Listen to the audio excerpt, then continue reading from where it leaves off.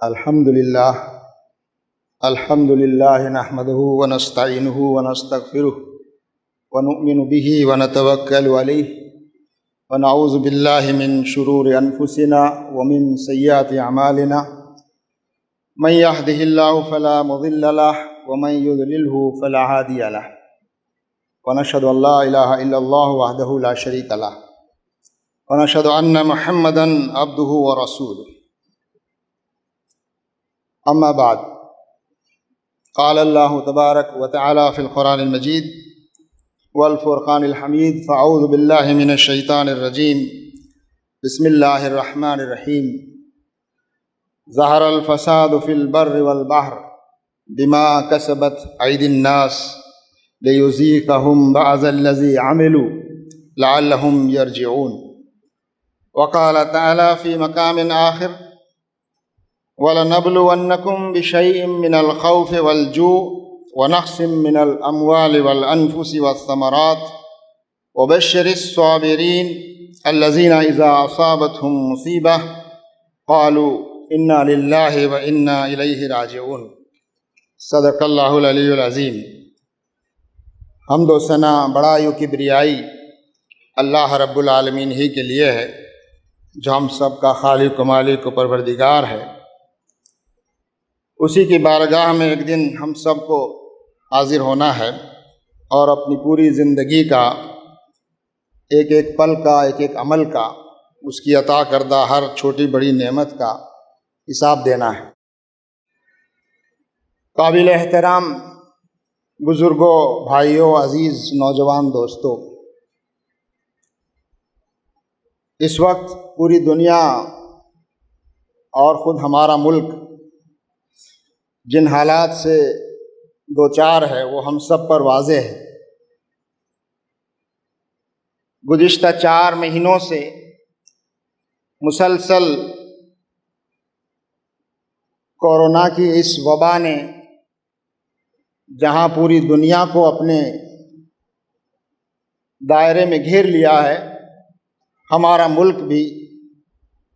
اس وبا اور اس مصیبت سے مقابلہ کر رہا ہے۔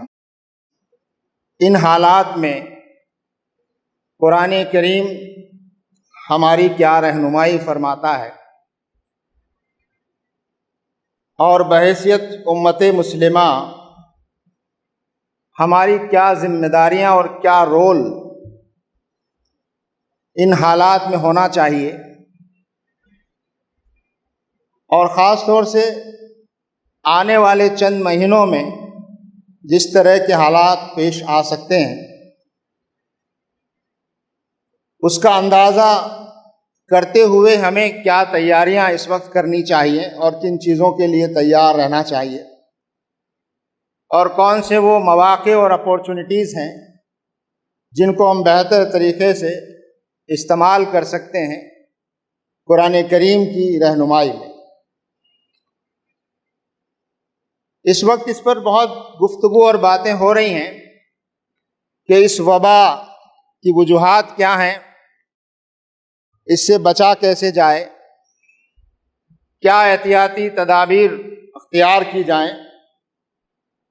اس کے ظاہری اور سائنسی اور صحت کے جو پہلو ہیں،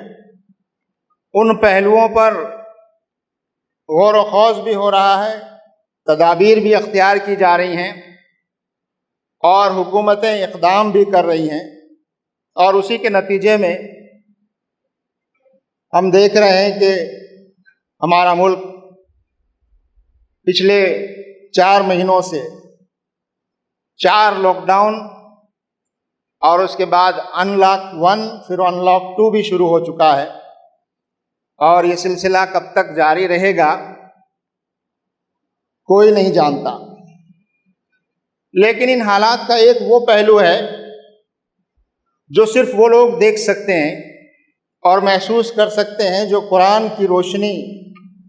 رکھتے ہیں، جو اللہ تعالیٰ کی ہدایت اور رہنمائی کی روشنی میں ان حالات کا جائزہ لیتے ہیں۔ وہ پہلو ابھی کھل کر سامنے نہیں آ رہا ہے اور اس پہلو کو لوگوں کے سامنے واضح نہیں کیا جا رہا ہے۔ آج کی چند منٹ کی گفتگو میں چاہتا ہوں انہی پہلوؤں کی طرف ہم اشارہ کریں اور جو ممکن ہے وہ کرنے کی ہم کوشش کریں۔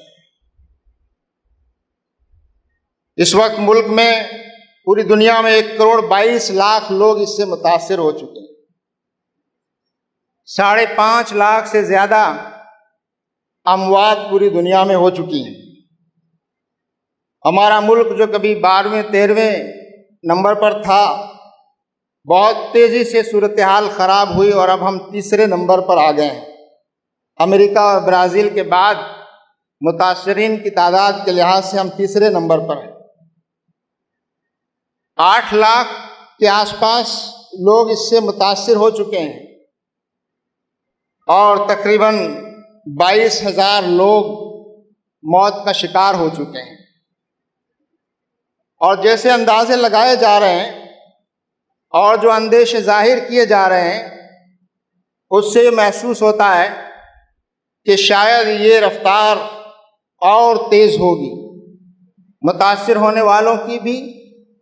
اور مرنے والوں کی بھی۔ اللہ تعالیٰ سے ہم دعا کریں کہ ہمارے اندازے اور اندیشے غلط ثابت ہوں،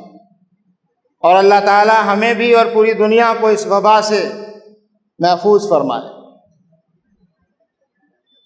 ہزاروں کی تعداد میں لوگ مر چکے ہیں، ہمیں ان سے، ان کے خاندان والوں سے اظہار ہمدردی ہونا چاہیے، اور ہم میں سے بہت سے لوگوں کے قریبی رشتہ دار، عزیز و قارب اور ساتھی لوگ بھی ان حالات میں اپنے رب سے جا ملے۔ اللہ تعالیٰ سے ہمیں ان کی مغفرت کی دعائیں کرنی چاہیے، اور جو لوگ متاثر ہیں ان کے لیے صحت کی دعائیں ہم سب کرتے رہیں۔ اور حکومت اور محکمہ صحت نے جو ہدایات جاری کی ہیں، جو ضوابط طے کیے ہیں، ان کی پابندی اب تک بھی ہم کرتے رہیں اور آئندہ بھی ہم اس کی پابندی کرتے رہیں، اور وہ تمام احتیاطی تدابیر جو اب تک اختیار کی ہیں ہم نے اور بہتر طریقے سے ان کو اختیار کرنے کی کوشش کریں۔ ان حالات میں، اس وبا میں وہ کیا پیغام اور میسج ہے جو چھپا ہوا ہے انسانوں کے لیے رب کی طرف سے؟ یہ وہ اہم بات ہے جس کی طرف صرف انہی لوگوں کی توجہ ہو سکتی ہے جو اللہ کو ماننے والے اور اللہ کی ہدایت اور رہنمائی کے مطابق زندگی بسر کرنے والے لوگ ہیں۔ قرآن کی ہدایت اور روشنی ہی ہم کو وہ راستہ دکھا سکتی ہے۔ جو لوگ خدا کو نہیں مانتے، وہ ان وباؤں کے اسباب اور ان کے ریزنز تلاش کرتے ہیں، اور وہ صرف ایک حد تک جا کر رک جاتے ہیں، اور وہ صرف اس سائنسی نظریے سے جو خدا کا منکر ہے اور خدا کو نہیں مانتا، اس محدود سائنسی نظریے سے دیکھ کر یہ کہتے ہیں کہ انسان نے نیچر کے خلاف ایک جنگ چھڑ دی ہے، انسان نے نیچر کے خلاف ایک وار چھڑ دیا ہے،